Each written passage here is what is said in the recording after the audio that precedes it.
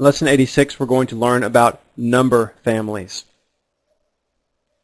So anytime you have a family, you have relationships within that family, and you have similarities within that family. So in number families, we have these different families, and there's similarities that make them what they are, make them a family. First, we have counting numbers.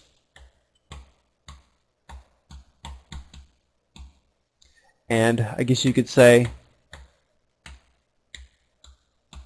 that family is the most unique group, or maybe the most specified group. And those start with 1. It's just like counting on your fingers. You don't have a 0 on your fingers. You count with 1, then 2, 3, 4, and so on. Counting numbers start with 1 and then continue on in the positive direction forever if you were thinking of a number line. Let's put a box around that group. Next we have whole numbers.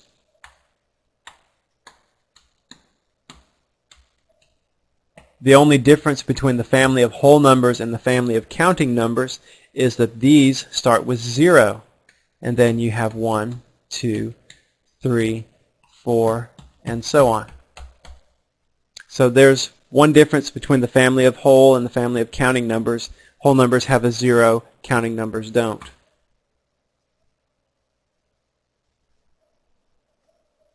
The next family we'll describe here are the integers.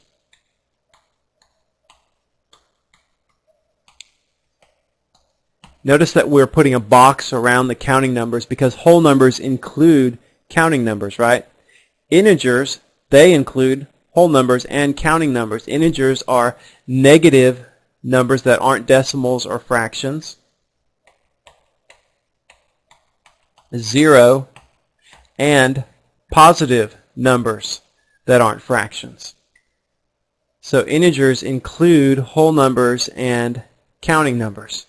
And then the last type of number that we're going to talk about are rational numbers.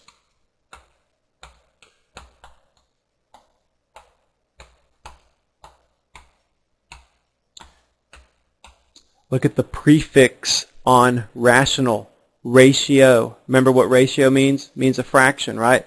So rational numbers, they include all of these other ones, counting numbers, whole numbers, integers. So rational numbers are any numbers that can be written as a fraction. Remember, you can write any integer as a fraction if you just put it over 1, like minus 3 over 1. Minus 1 over 4, that's a rational number. Anything that can be written as a fraction. 1%, that's a rational number. 0, 1, 1/3, and let's put dots continuing on. We should put them to the left as well because they can be negative. We should also, on integers, let's go down to the bottom where integers are and put dots to the left, and forgot to put them to the right as well, showing that those go on forever and ever in both negative and positive directions. And then let's put a box around this. So rational numbers are any numbers that can be written as a ratio of integers. And that would include the integers, the whole numbers, and the counting numbers. Understanding these different number families is just purely something that you need to know for your study of mathematics. There's not really any real applications to this. It's just something that is described in mathematics textbooks. Let's do a few problems dealing with some of these number families. In A, I want you to graph all the integers that are greater than -3. So when we want to graph a group of numbers, that means we need to do a number line. Let's put some tick marks on there. Enough to represent what we're doing here. So we'll start with a -5, -4. We want to graph the integers that are greater than -3. Now remember, integers, those are non-decimal numbers. So the first integer that we come across that's greater than -3 would be a -2. And we do this differently than what we were doing before when we were graphing sets of numbers. We just put closed circles at each location where there's an integer greater than -3, or to the right of -3. We don't include -3. We want integers greater than that. So we put it at -1, 0, 1, 2, and we shade in the arrow on the right-hand side. So that's what we do when we graph integers.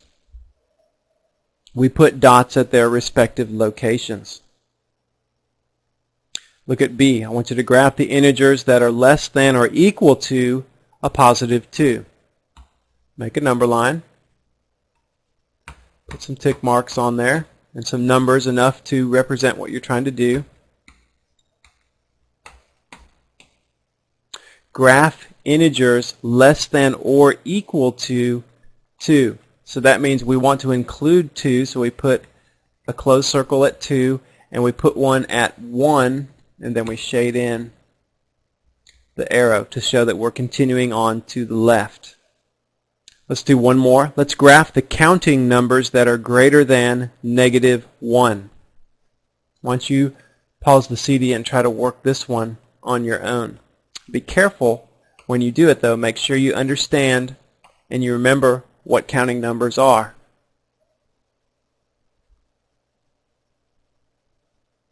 Remember, counting numbers, those start at 1, like counting on your fingers.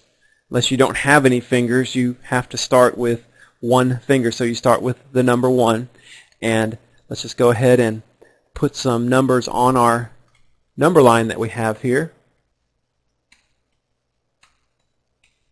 Enough to represent what we're trying to do here. And we want to graph those counting numbers greater than -1. So that means we start with the 1 right there. That's the first counting number that we come across greater than -1.